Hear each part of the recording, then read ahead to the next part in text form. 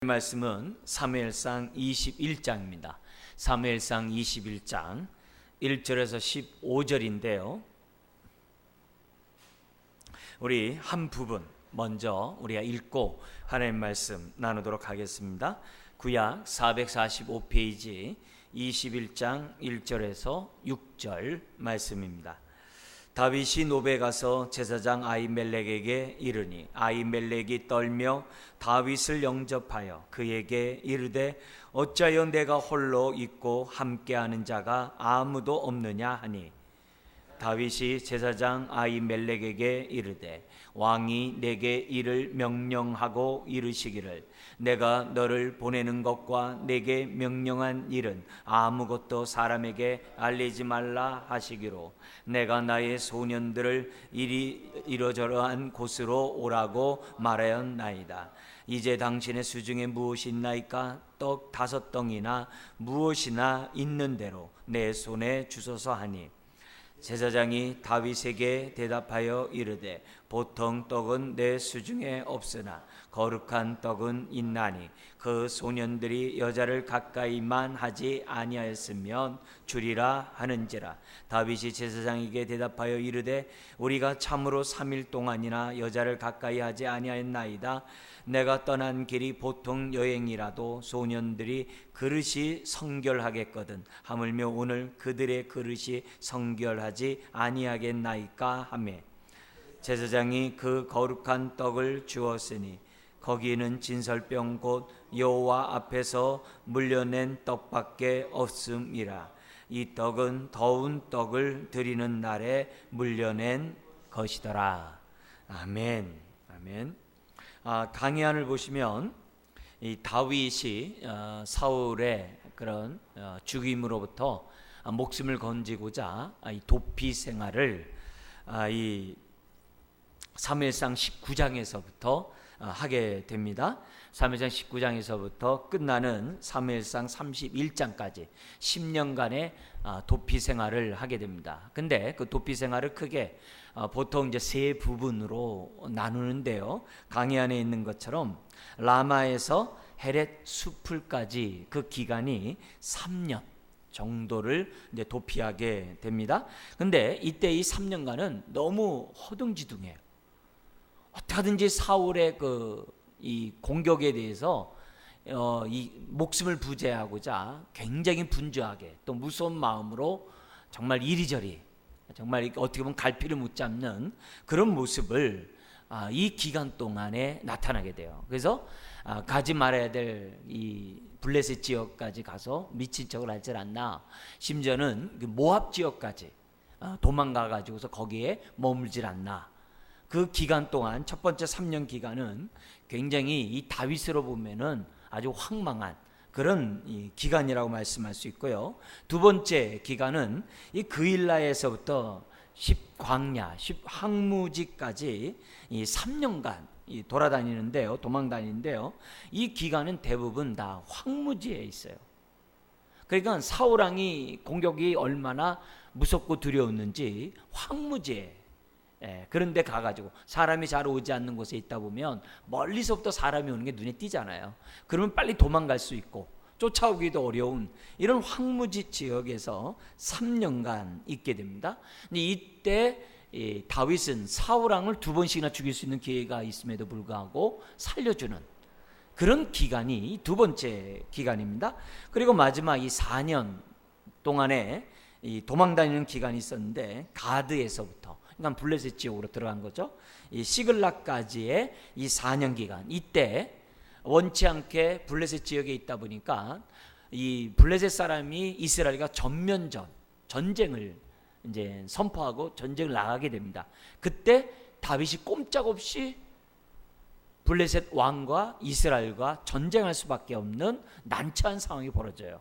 근데 하나님의 도움으로 다른 블레셋 장수들이 다윗이 우리를 언제 공격하는지 모르기 때문에 다윗을 데려가면 안 된다, 다시 돌려보내라. 그러자 다시 집으로 왔을 때 끔찍한 일이 벌어지는데 아말렉 사람들이 자기 가족들이 머물고 있는 그 고을을 공격해가지고 다 잡아가 버려요. 이런 사건으로 다윗은 그 부하, 자기를 따르는 많은 사람들로부터 불신을 당하는 그런 끔찍한 일을 겪는 기간이 또한 이 네 번째 이런 기간이고, 또 하나님 앞에 회개하고 하나님의 인도를 구하자 아말렉에게 빼앗겼던 자기 모든 가족들을 갖다가 다시 찾아오는 이런 사건이 세 번째 기간에 나온 거예요. 그러니까 거의 10년 동안, 20살 10년 동안 사울의 그 공격을 피난 다니는 그런 다윗의 이런 모습, 우리는 이런 것들을 보면서 왜 하나님께서 이 다윗에게 이런 어려운 일들을 허락했는가, 이런 모습을 보면서 오늘 우리가 이런 데 질문을 가졌으면 좋겠어요. 하나님은 정말 나에게 관심이 있을까? 하나님은 내 일에 관심이 있으신가? 정말 나름대로 의롭게 살고 나름대로 신앙생활을 하려고 했는데 다윗은 원치 않는 공격 속에서 어려움을 겪잖아요. 이런 상황을 보면서 오늘 나의 삶 속에 그래도 우리는 다윗처럼 이렇게 죽음 앞에 정말 두려워 떠는 이런 상황을 겪지 않는 삶을 어떻게 보면 살 수 있거든요. 다윗같이 하나님의 마음에 합한 자가 어디 있어요? 근데 그럼에도 불구하고 그의 삶은 너무너무 어려운 10년 삶을 살거든요. 그런데 다윗은 이런 기간 동안에 그가 진 시편이 나와요. 이 기간 동안에 시편이 나오는데, 제가 우리 지난주에서 말씀드린 것처럼 계속 시편, 연관 있는 시편을 여러분이 소개할 거예요. 그러니까 그런 시편을 보면은 다윗은 그런 가운데서도 정말 고난 앞에 믿음으로 반응함으로 하늘의 축복을 받는 사람으로 참으로 자리매김하는 것을 우리는 지난 다윗의 10년의 상황을 보면서 우리들은 깨닫게 됩니다. 그래서 하나님이 내 일에 관심이 있기는 한가? 나에게 정말 구원의 손길을 베푸시는가? 이런 모습이 생각날 때마다, 심지어는 애매히 내가 도망다니고 모함당하고 어려운 일이고 슬픈 일을 겪을 때 다윗의 모습을 보면서 다윗의 하나님은 오늘 나의 하나님이신 것을 생각하고, 그러면 다윗은 그런 가운데 어떻게 그 문제들을 극복해 나갔는가, 그 신앙을 저와 여러분들이 배웠으면 좋겠습니다. 자, 그런 가운데 우리가 읽었던 이 첫 번째 두 가지로 나눌 수 있는데요, 1절부터 9절까지 예 말씀, 이건 놋당, 그 당시 제사장이 기거했던 그 놋당의 그 성읍으로 다윗이 도피하는 장면이 21장 1절에서 9절에 나오는데요, 이 사건으로 인해서 제사장의 사람들이 사는 이 놋성이 완전히 멸절을 당해요. 제사장들이 다 멸절을 당하는 이런 끔찍한 사태가 다윗의 이 도망가는 사건을 통해서 이제 나타나게 됩니다. 그게 이제 9절까지 나오게 되고, 그리고 사울 왕을 너무 두려워한 나머지 지금 이 블레셋으로 도망갔다가 미친 척하고 구사일생으로 살아나요. 근데 그 이면에 다윗이 어떻게 구사일생으로 살아나오게 됐는지를 시편을 보면 나와요. 그래서 오늘은 이제 두 개의 이 도액과 연관된, 놋당에 연관된 두 개의 시편을, 그 시편과 지금 블레셋으로 갔다가 구사일생으로 나왔던 이 다윗의 그때 그 상황을 알려준 그 두 가지 시편을 동시에 보려고 합니다. 먼저 1절에서 9절 잠깐 볼게요. 성막이 있는 놋당에 도망한 다윗이 어떻게 떡과 무기를 얻게 되었는가, 이런 한번 보면 1절에 다윗이 놋배에 가서 제사장 아히멜렉에게 이르게 됩니다. 그러자 아히멜렉은 다윗을 기쁨으로 영접하는 것이 아니라 떨며 다윗을 영접했다, 이렇게 되어 있어요. 이 말은 이 대제사장이 사울과 다윗의 관계를 알고 있는 거예요. 알고 있는 거예요. 이미 사울의 그런 정말 그 어떻게 보면 그 다윗을 죽이려 하는 그 모습이 미갈에서부터 벌써 이미 벌어진 거 알잖아요. 그리고 사무엘까지 도망갔다가, 사무엘 선지자까지 도망갔던 이 사건들을 지금 뭐냐면 이 아히멜렉 제사장이 모를 리가 없어요. 근데 그 다윗이, 도망다닌다고 하는 그 다윗이, 왜냐면 군사령관이었잖아요. 도망다닌다는 그 다윗이 자기에게 딱 나타난 거예요. 그러니까 아히멜렉이 순간적으로 느끼는 거죠. 그러니까 다윗을 봤을 때 떨며 얘기합니다. 어찌하여 내가 홀로 있고 함께하는 자가 아무도 없느냐. 그런 질문을 해야 돼요. 그러자 다윗은 2절에 거짓말을 해요. 왕이 나에게 어떤 특별한 명령을 냈기 때문에 지금 내가 이렇게 나왔다. 그리고 내 부하들은 약속한 장소에서 만나기로 했다. 그런데 혹시 3절에 먹을 것이 있으면 나에게 떡 5덩어리나 무엇이나 있는 대로 달라. 이 덩이나 이렇게 얘기한 거 보니까는 약간 지금 만나야 될 소년들도 자기 부하들도 밥 못 먹었으니까 밥을 달라, 아마 이런 의도도 있는 것 같습니다. 그러자 4절에 제사장이 무슨 얘기하냐면은 나에게는 거룩한 떡밖에 없다. 이 거룩한 떡이 뭐냐면 12지파를 상징하는 12떡 덩이가 있어요. 이게 진설병이라고 해요. 그래서 성소에 날마다 뭐냐면 그 진설병을 갖다가 하나님 앞에 올리는 거예요. 그 떡 덩이를 갖다가 거룩한 떡이라는 거예요. 그래서 제사장이 뭐냐면 나에게 지금 진설병만 있습니다. 그러면서 조건을 얘기해요. 만약에 당신이나 당신의 부하들이 정말 이 구별된 성결의 모습을 가졌다고 한다면 주겠지만, 만약에 성결하지 않았다고 한다면 이것을 줄 수 없습니다. 왜냐? 성경에 보면 이 진설병은 제사장들만 먹을 수 있었던 음식이었어요. 그렇기 때문에 이 음식을 비록 제사장들만 먹지만은 당신이 너무나도 배고프다고 하니까 이 떡을 주겠는데, 이 떡을 먹으려면 거룩한 하나님 앞에 드렸던 떡이기 때문에 거룩하지 않으면 안 된다. 성별되지 않으면 안 된다. 그러자 5절에 다윗이 또 거짓말을 해요. 말을 이어져 가야 되기 때문에 같이 한번 읽겠습니다. 다윗이 제사장에게 대답하여 이르되 우리가 참으로 3일 동안이나 여자를 가까이 하지 아니하였나이다. 내가 떠난 길이 보통 여행이라도 소년들의 그릇이 성결하겠거든. 하물며 오늘 그들의 그릇이 성결하지 아니하겠나이까 하며, 이미 정결 의식을 하고 출정을 했고, 왜냐하면 그 당시 로마 사람들은 전쟁에 나갈 때마다 항상 성결 의식을 했거든요. 지금 러시아도 이 소련으로 이렇게 그 혁명에 의해서 넘어가기 전에도 그때 그 황제가 전쟁을 나갈 때마다 예배를 드려요. 예배를 드렸던 그런 전통을 정말 1900년도에도 갖고 있었거든요. 그러니까 옛날에는 더 말할 것도 없겠죠. 그러자 6절에 제사장이 그 진설병 거룩한 떡을 지금 다윗에게 줍니다. 근데 7절 한 번 더 읽겠습니다. 그날에 사울의 신하 한 사람이 여호와 앞에 머물러 있었는데 그는 도액이라 이름하는 에돔 사람이요 사울의 목자장이었더라. 참 안타깝게도 그 상황에 사울의 목자장인 에돔 사람 도액이 그 모든 상황을 보고 있었던 거예요. 참 안타깝죠. 나중에 이 사람이 사울에게 밀고하게 되고, 그리고 사울의 명을 받아서 이 도액이라는 사람이 높성에 있는 모든 제사장과 그 가족을 다 죽입니다. 그 장본인이 도액이에요. 자, 그러면서 8절 9절로 넘어가게 됩니다. 그러면서 양식을 얻은 이 다윗이 뭐냐면 내가 급히 오느라고 무기를 갖고 나오지 못했습니다. 혹시 무기가 있으면 나에게 주십시오.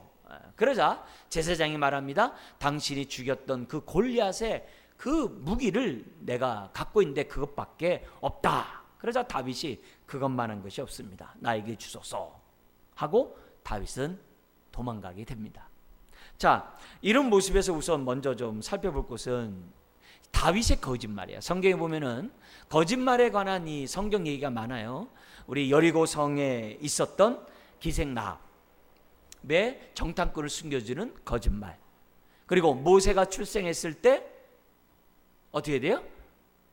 산파의 그 거짓말. 그죠? 바로 왕 앞에 했던 그 거짓말. 이런 성경에 보면 그런 거짓말들이 나오게 됩니다. 그래서 우리는 성경에도 봐라, 이런 선의의 거짓말이 있기 때문에 선의의 거짓말을 해도 된다, 이렇게 정당화하는 하나의 어떤 사건들이 됩니다. 오늘 이 다윗의 거짓말을 보면 이 모세의 산파나 기생 라합과 같은 거짓말은 좀 다른 것 같아요. 왜냐하면 다윗은 자신의 유익을 위해서 거짓말했거든요. 근데 다른 그 두 사건을 보면 상대방을 위하여 거짓말했거든요. 심지어 자기의 위험을 감수하고. 그게 이제 어떻게 보면 선의의 거짓말인 거죠. 그러나 이제 다윗 같은 경우에는 철저히 어떻게 보면요, 자기를 위한 거짓말이에요. 그리고 이 사건이 어떤 문제를 이야기하는지 다윗은 상상을 못했어요.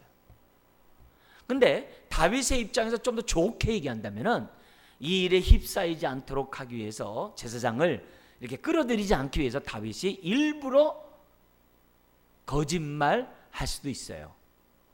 좋게 생각하면은 그럴 수 있겠죠, 그죠? 왜냐면 아히멜렉이 나에게 양식과 칼을 줬다고 하면은 이건 역적이잖아요. 그런 의미에서 아히멜렉을 생명을 보존하기 위해서 다윗이 이런 선한 거짓말을 했다고도 볼 수 있어요.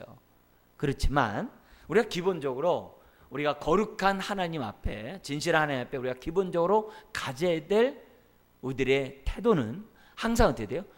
에베소 4장 25절에 있는 것처럼 거짓이 아니라 참된 말을 하는 것이 우리들의 기본이에요. 그렇지만 때로는 다윗은 아니지만 다른 모세의 산파나 기생 라합의 그런 모습처럼 자기의 죽음을 담보로 상대방의 유익을 위한 그런 거짓말들은 때로는 성경에서 이렇게 나오는 것들을 이제 보게 된다는 거죠. 그렇다고 이제 장려할 그런 내용은 아니지만 그런 차이가 있다는 것을 우리가 좀 알았으면 좋을 것 같아요. 자, 그런데 그것보다도 오늘 본문에서 매우 중요한 교훈이 있어요. 그 교훈이 뭐냐면 아히멜렉의 신앙이에요. 이 아히멜렉은 오직 제사장만 먹게 돼 있는 그 말씀에 그에 순종하지 않았어요. 오직 제사장만 먹을 수 있는 그 진설병을 제사장이 아닌 다윗과 그의 부하들에게 기꺼이 진설병을 줬다는 거예요. 이 사건은 나중에 예수님이 어떤 때 인용하냐면 제자들이 안식일날 밀밭 사이로 가다가 손으로 이렇게 밀을 손으로 이렇게 따서 비벼가지고 그 밀을 이렇게 먹은 사건이 있었어요. 그걸 봤던 바리새인들이 왜 안식일날 타작 노동을 하냐 하면서 예수님을 갖다 이렇게 비난하는 그런 일이 있었어요. 그 사건 앞에 예수님은 이 아히멜렉의 이 사건을 인용해서 지금 뭐냐면 나의 그런 제자들은 안식일을 범한 것이 아니다. 그러면서 안식일의 참된 의미를 해석해줘요. 바로 그때 이 사건을 우리 예수님이 봐라, 아히멜렉도 제사장만 먹는 그 진설병을 다윗에게 주지 않았느냐. 그러면서 이 아히멜렉은 율법의 문자에 매여 있지 않고 율법의 정신인 사랑에 의해서 다윗과 같은 사람에게 긍휼을 베풀었노라고 예수님은 해석하셨어요. 굉장히 중요한 거죠. 그렇기 때문에 오늘 우리들이 신앙생활하면서 우리들이 주객이 전도되면 안 돼요. 안식일은 사람을 위해 있는 것이지 사람이 안식을 위해 있는 게 아니에요. 율법은 사람을 위해서 있는 것이지 사람이 율법에 의해서 있는 것이 아니에요. 신앙생활에 우리들이 하면서 우리들이 조심해야 될 것이 뭐냐면 형식과 틀과 강박관념에 얽매여서 신앙생활하는 것들은 저와 여러분들이 조심해야 돼요. 아히멜렉이 주는 그 떡에 대해서도 다윗을 기꺼이 또 받아 먹었어요. 배고파서 받아 먹었다 그렇게만 생각할 것이 아니라 다윗도 율법의 정신이 뭔지를 알고 있었다는 거예요. 그러니까 이 아히멜렉과 같은 이런 행동은 율법의 정신이 뭔지를 알고 그가 율법의 문자에 형식에 얽매이지 않고 사랑의 법 가운데 다윗에게 진설병을 줬다는 것. 오늘 우리들이 이것을 생각한다고 한다면은 오늘 저와 여러분들이 내 모습을 잘 봐야 돼요. 내가 율법 아래 놓여서 신앙생활하는지 아니면 복음 아래 신앙생활하고 있는지를 저와 여러분들이 점검하고 우리가 법에 의한 것이 아니라 복음에 의한 신앙생활할 수 있도록 우리 자신들을 늘 점검하면서 살아야 돼요. 그러면 내가 법이 아니라 복음 가운데 살고 있다라고 하는 증거는 무엇이며, 복음이 아니라 법 아래 살고 있다는 증거는 뭐냐 이게. 가장 간단하게 알 수 있는 체크는요, 확인은요, 두 가지예요. 하나는 뭐냐면은 자기 의를 드러내고 남을 비판하고 정죄하면 그거는 법 아래 있는 사람이에요. 두 번째는 그런 생활을 계속 하려다 보니까 내가 어떻게 돼요? 그런 척해야 돼요. 그래서 내가 형식과 외식적으로 그런 척하는 행동이 두 번째예요.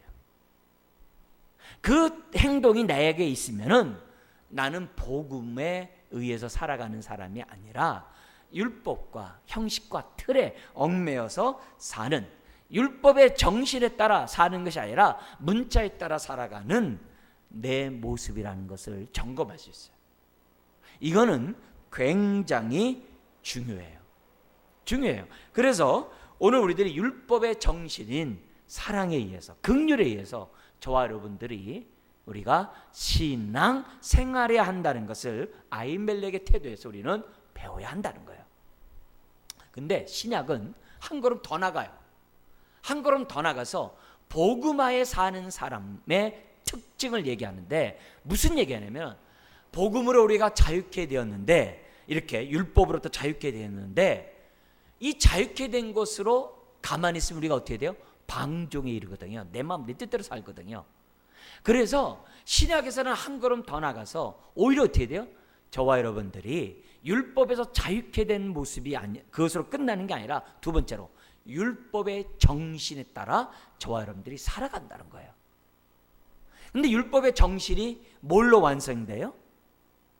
주님이 제자들의 발을 씻은 것처럼 우리가 섬길 때 율법의 완성이라고 갈라디아서 5장에서 우리들에게 가르쳐주고 있는 거예요.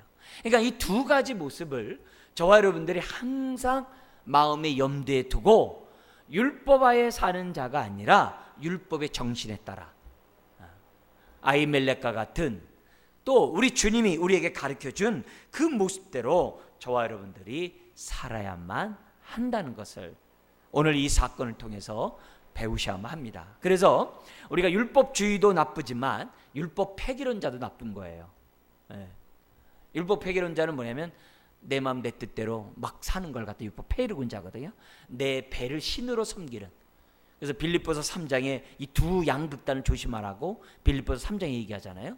그러니까 율법주의도 안 되고 율법 폐기론자도 안 되는 거예요. 우리는 복음에 따라 저와 여러분들이 살아야 한다는 것을 아히멜렉은 우리들에게 가르쳐줘요. 자, 그런데 오늘 이 사건으로 어떤 일이 벌어지냐면, 우리 22장에 이제 우리가 보겠습니다만 85명이나 되는 제사장과 그의 가족들이 다 죽어요.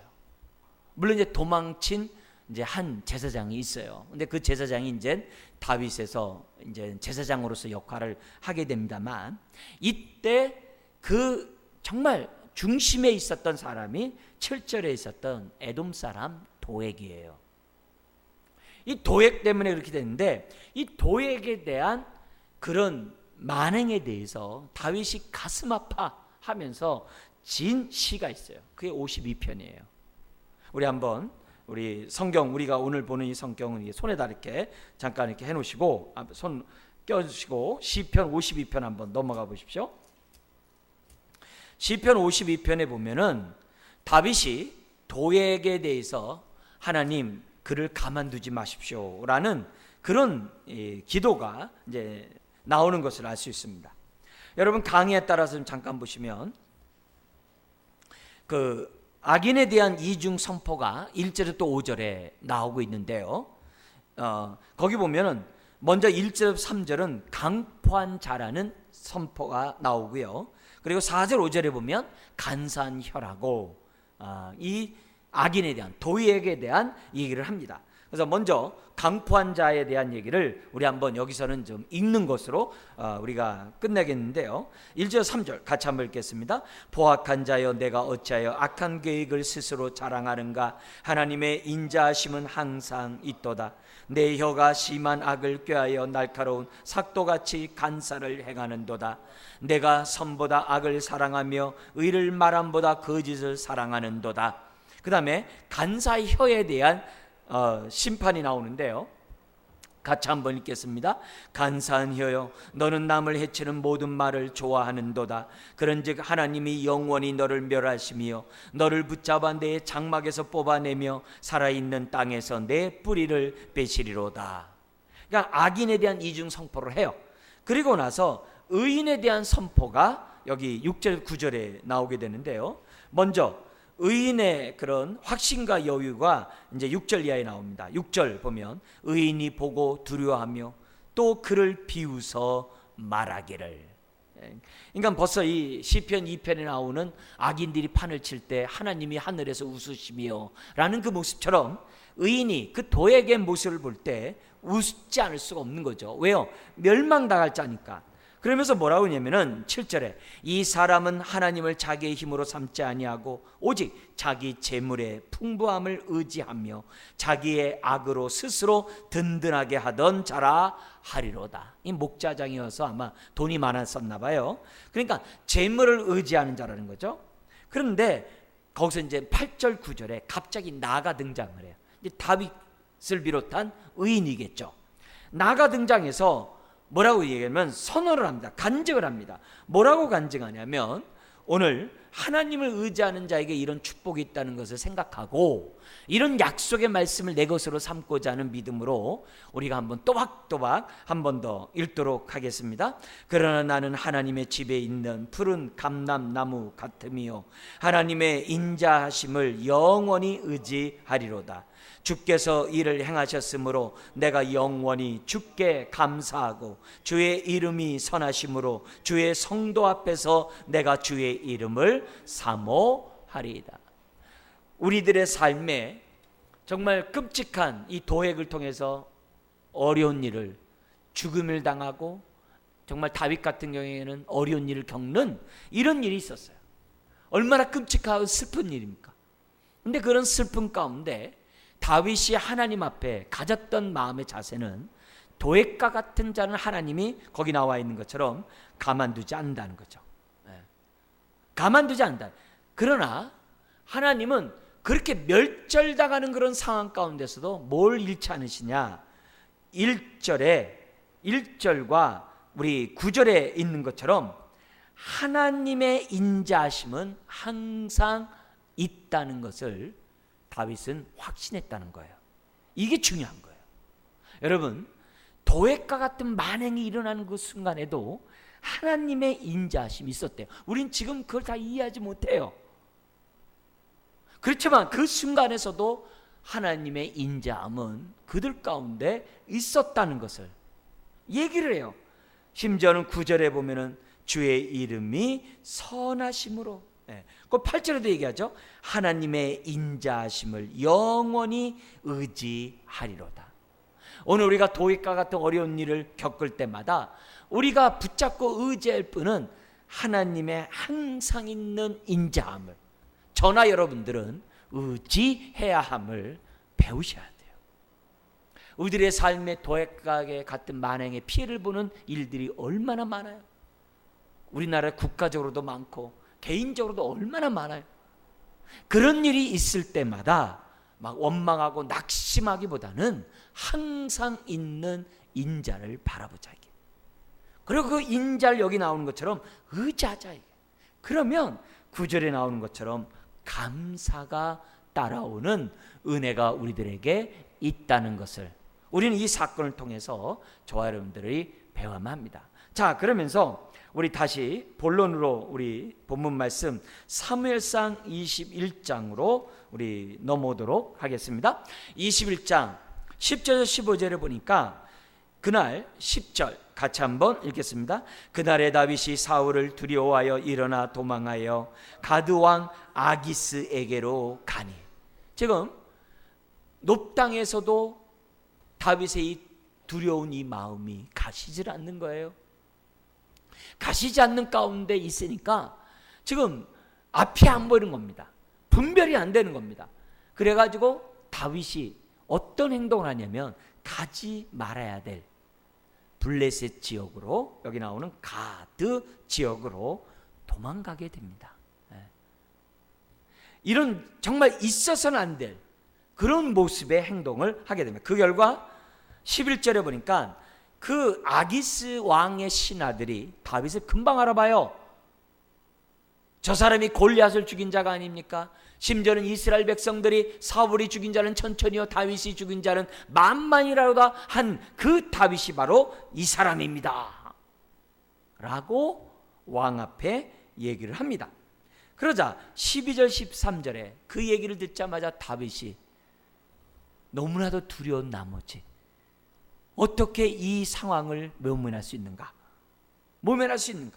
그러면서 12절 13절에 이렇게 행동을 합니다. 같이 한번 읽겠습니다. 다윗이 이 말을 그의 마음에 두고 가드왕 아기스를 심히 두려워하여 그들 앞에서 그의 행동을 변하여 미친 채 하고 대문짝에 그적거리며 침을 수염에 흘리매, 그적거리며 침을 수염에 흘리는 미친 척을 하는 그 모습을 봅니다.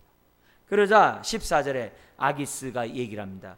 어쩌자고 이 미친 사람 나에게 데려왔느냐 하면서 막 역정을 냅니다.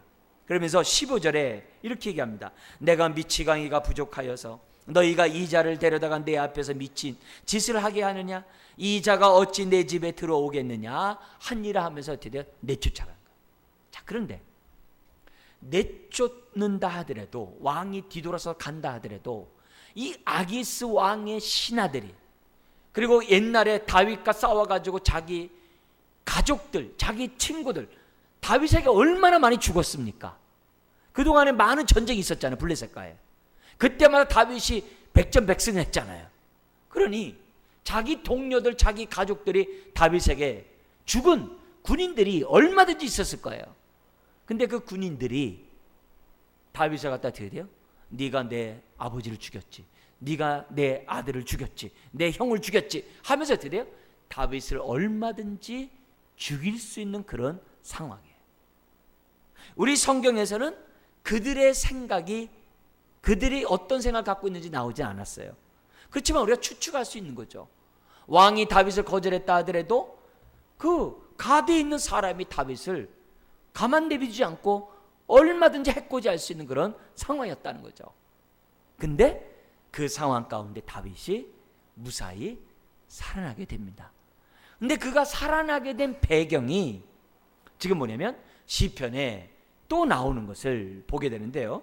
여러분이 강의한 34편을 한번 넘어가도록, 이제 강의 한 보시면서 성경 34편으로 넘어가 보겠습니다.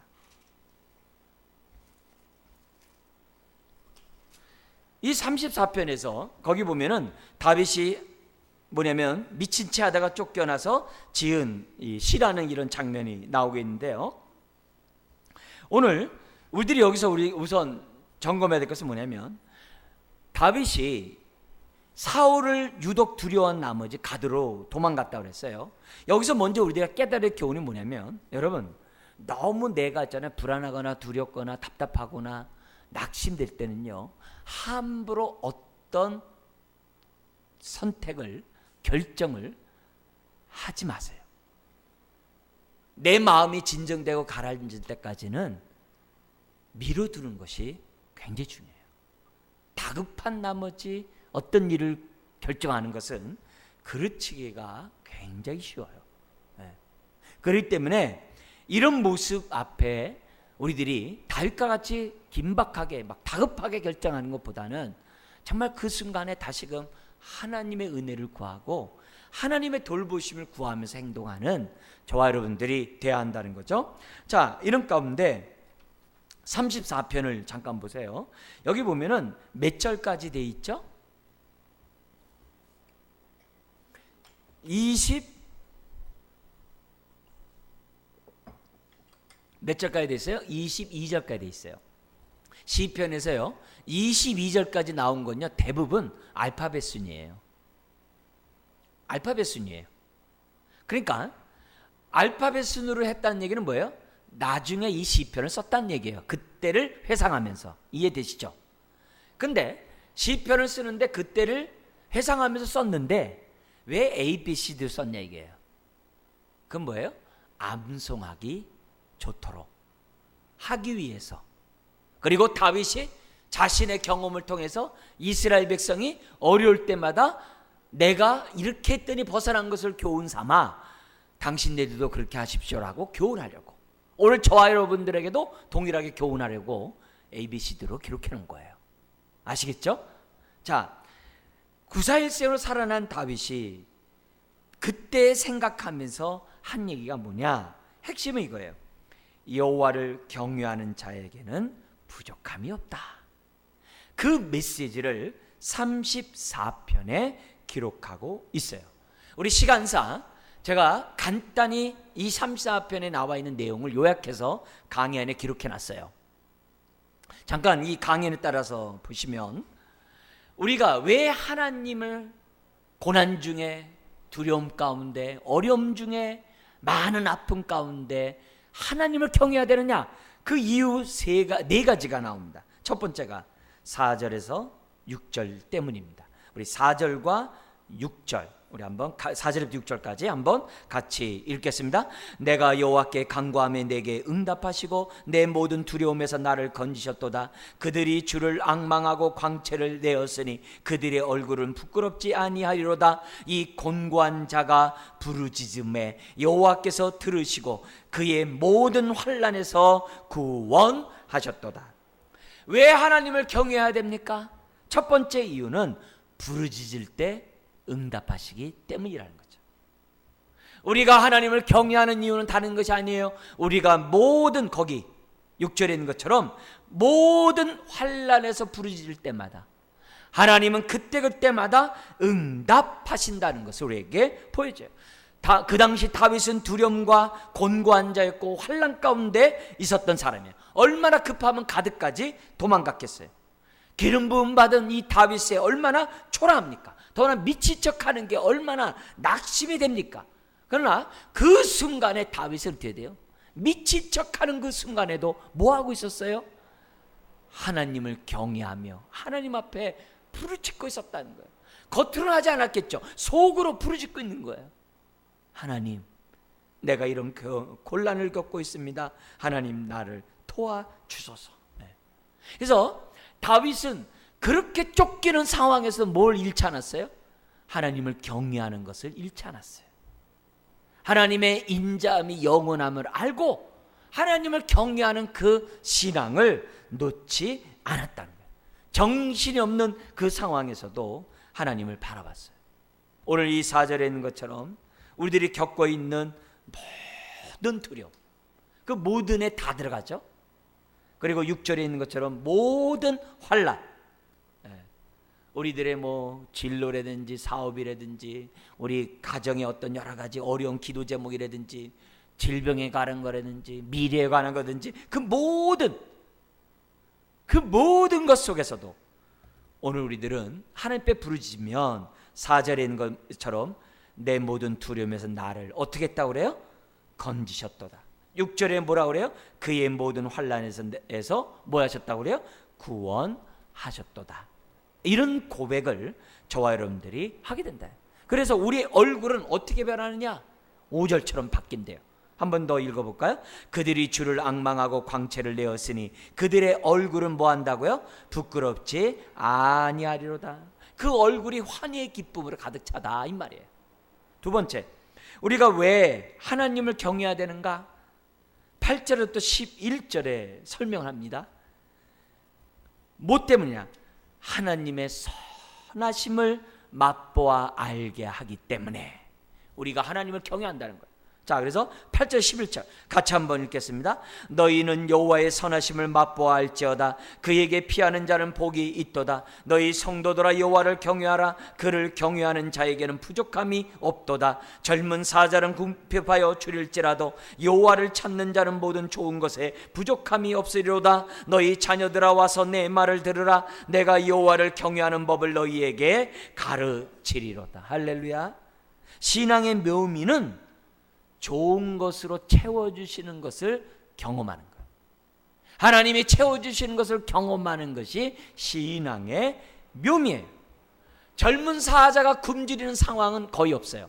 근데 그런 상황이라 할지라도 우리는 어떻게 돼요? 굶주리지 않도록 하나님이 채워주시겠다라고 얘기해요. 이 선하심을 맛보는 게 왜 중요하냐면요, 우리의 신앙이 형식적으로 흐르지 않게 해요. 우리가 하나님의 선하심을 맛보지 못하면 신앙이 요식행위로 바뀌어요. 기도도 형식적이 돼요. 그런데 선하심을 맛보면 우리의 기도는 믿음의 기도를 하게 돼요. 그런 의미에서 우리가 하나님을 경외할 때마다 하나님의 선하심을 맛보도록, 부족함이 없도록, 거기 나온 것처럼 모든 9절에 경외하는 자에게는 부족함이 없도다라는 은혜를 체험하기 때문에 우리는 하나님을 경외한다는 거예요. 세 번째, 우리가 왜 하나님을 경외해야 되는가? 12절 때문이에요. 같이 한번 읽어볼까요? 생명을 사모하고 연수를 사랑하여 복받기를 원하는 사람이 누구뇨? 예? 여기서 생명을 사모하고 연수를 사랑한다, 이 말은 다른 번역본은 뭐라고 그러냐면 생명을 얻고 장수하다라고 돼 있어요. 그래서 세 번째, 우리가 왜 하나님을 경외하느냐? 그런 자는요, 생명을 얻는 가운데 장수한대요.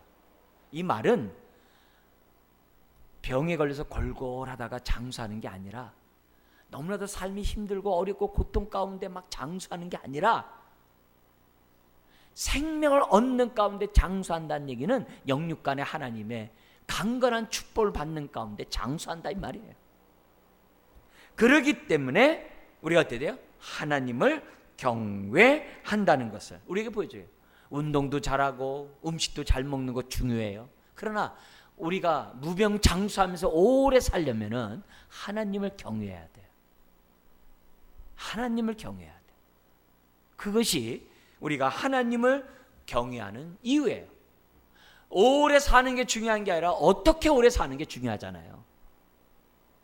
그런 의미에서 오늘 우리들에게 하나님을 경외하는 자에게 주시는 이 생명 가운데, 여기 나오는 것처럼 생명을 사모하고 연수를 사랑하는 그런 복을 받는 저와 여러분들이 되어야 한다. 그런데 이런 삶을 방해하는 것이 있어요. 그게 13절, 14절. 이렇게 즐거운 날을 방해하고 있는데, 그건 뭐냐면 하나님을 경외하지 않는 자의 모습으로 사는 거예요. 13, 14절 같이 한번 읽겠습니다. 내 혀를 악에서 금하며 내 입술 거짓말에서 금할지어다. 악을 버리고 선을 행하며 화평을 찾아 따를지어다. 그러니까 하나님을 경외하지 않고 자신의 정과 욕심처럼 도액처럼 산다면, 에돔 사람 도액처럼 산다면은 그 사람은 하늘의 축복을 누릴 수가 없다는 거죠. 없다는 거죠. 그러나 우리가 하나님을 경외하는 가운데 우리가 살아간다고 한다면 평강 가운데 장수의 축복을 주시는 거예요. 왜 그러냐? 15절에 하나님의 선하심이 있거든요.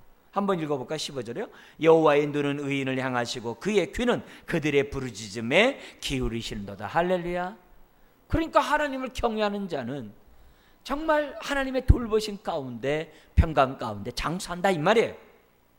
그러면서 16절에 여호와의 얼굴은 악을 행하는 자를 향하사 그들의 자취를 땅에서 끊으려 하시는도다. 하나님은 다 보고 계십니다. 그래서 내 삶에 하나님을 경외하지 않는 옛사람의 모습들은 다 제거하는 저와 여러분들이 돼야 한다는 거예요. 마지막 네 번째, 왜 우리가 하나님을 경외해야 됩니까? 20절에 그 이유가 나와요. 물론 이제 17절부터 나옵니다만 우리 20절 읽겠습니다. 그의 모든 뼈를 보호하시며 그 중에서 하나도 꺾이지 아니하는도다. 이 사건이 역사적으로 실제 일어난 사건이 어떤 사건이에요? 예수님의 십자가상에서 무릎이 꺾이지 않잖아요. 좌우편의 강도는 꺾이는데 왜요? 하나님의 보호하심이죠. 하나님의 보호하심이죠. 왜 우리가 하나님을 경외해요? 나의 뼈가 하나도 꺾지 않도록 보호하시고 지켜주시기 때문에, 환난에서 지켜주고 고난에서 지켜주시기 때문에. 그렇기 때문에 오늘 저와 여러분들은 어떻게 돼요? 우리들의 삶이 예수님처럼 하나님을 경외하는 저와 여러분들이 돼야 돼요. 근데 이 하나님을 경외하는 자의 아주 특징이 나와요. 이게 18절에 나오는데요. 한번 읽어볼까요? 여호와는 마음이 상한 자를 가까이 하시고 중심으로 통회하는 자를 구원하시는도다. 할렐루야.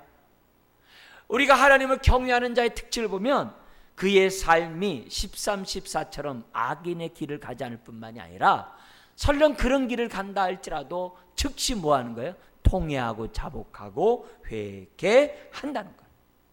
그러므로 거룩한 마음을 갖고자 그 마음을 하니 하나님이 어떻게 돼요? 19절에 모든 고난에서 그를 건지시는도다.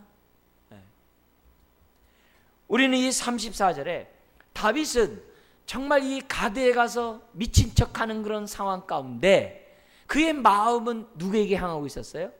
하나님께로 향하고 있었어요. 나에게 인자함을 항상 베푸시는 그 하나님 앞에 딱 가 있어서 하나님 도와달라고, 하나님 건져달라고 그렇게 했기 때문에 왕뿐만 아니라 왕의 신하들의 그 죽음 앞에서 다윗이 건짐을 받았다는 거예요.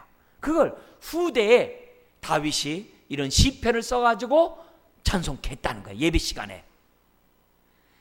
다윗은 이 사건을 통해서 뭘 보여주냐면 다윗은 의도적으로 하나님을 바라봤고 의도적으로 이 시편을 어떻게 돼요? 사람들로 하여금 의도적으로 가르치고 있는 거예요.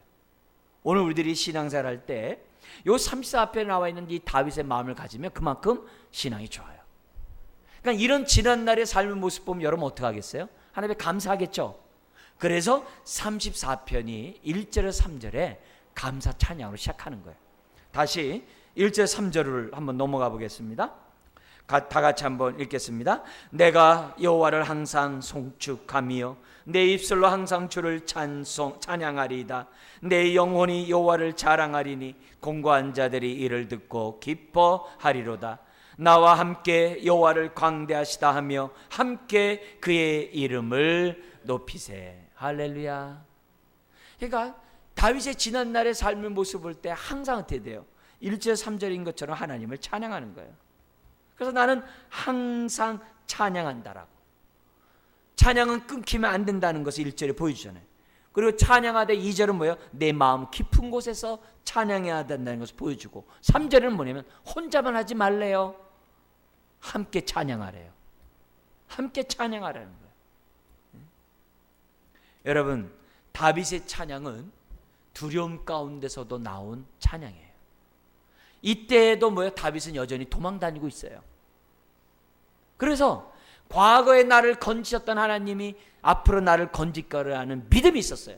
그러니까 다윗이 10년 동안 도피하면서도 오히려 그는 정금같이 되어 나올 수가 있었던 거예요. 할렐루야.